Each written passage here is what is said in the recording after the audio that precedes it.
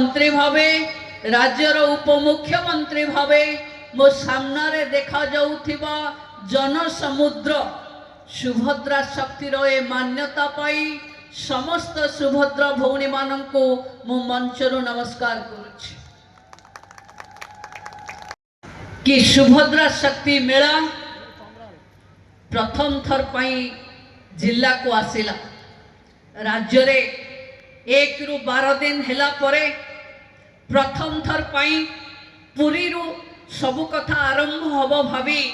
पुरी जिल्लार कोणार्क रे आमे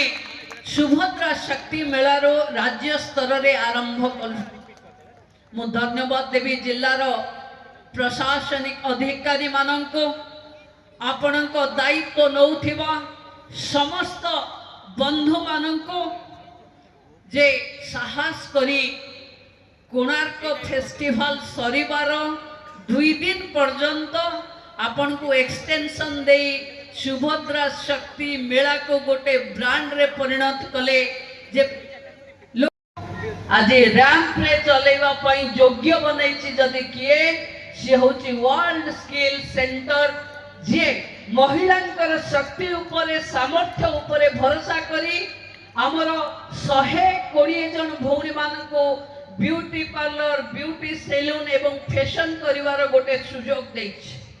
पाखे सरकार को योजना सरकार को व्यवस्था सुभद्रा योजना जरिया रे आमे सबो लक्षपति दीदी हवारे आज देश रे रेकर्ड स्थान रे अछि। जेतबळे आम मेला सरीबो फेब्रुआरी फर्स्ट वीक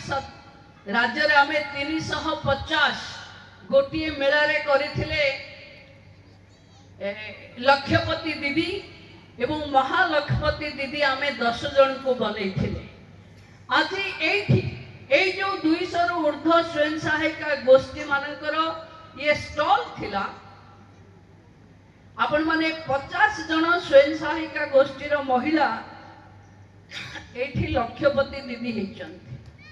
आपण माने समस्त गोटे जोरदार ताली पकांतो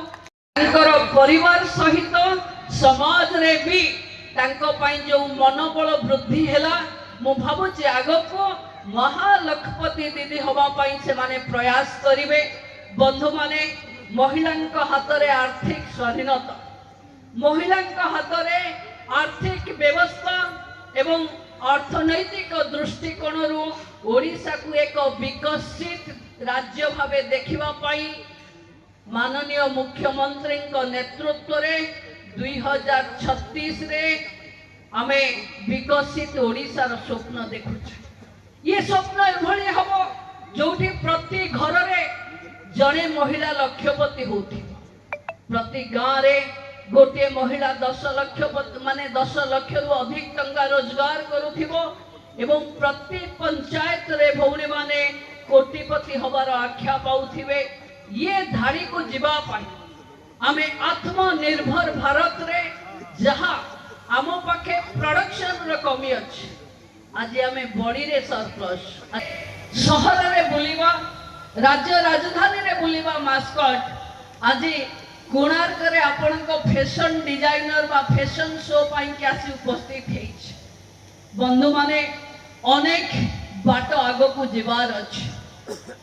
अनेक स्वप्न जोटा गाँव रो महिला मानक पाखे सुजोग अभाव रो बेले बेले आम पाखे अनेक दक्षता थाए अनेक प्रतिभा थाए हमको सुजोग मिली न थाए बोली बहुत अभिनंदन। ये बाली रे मेला हबो कोणार्क रे 250 महिला को रहिबार स्थान मिलिबो जहाँ मु भाभी पारु नथिली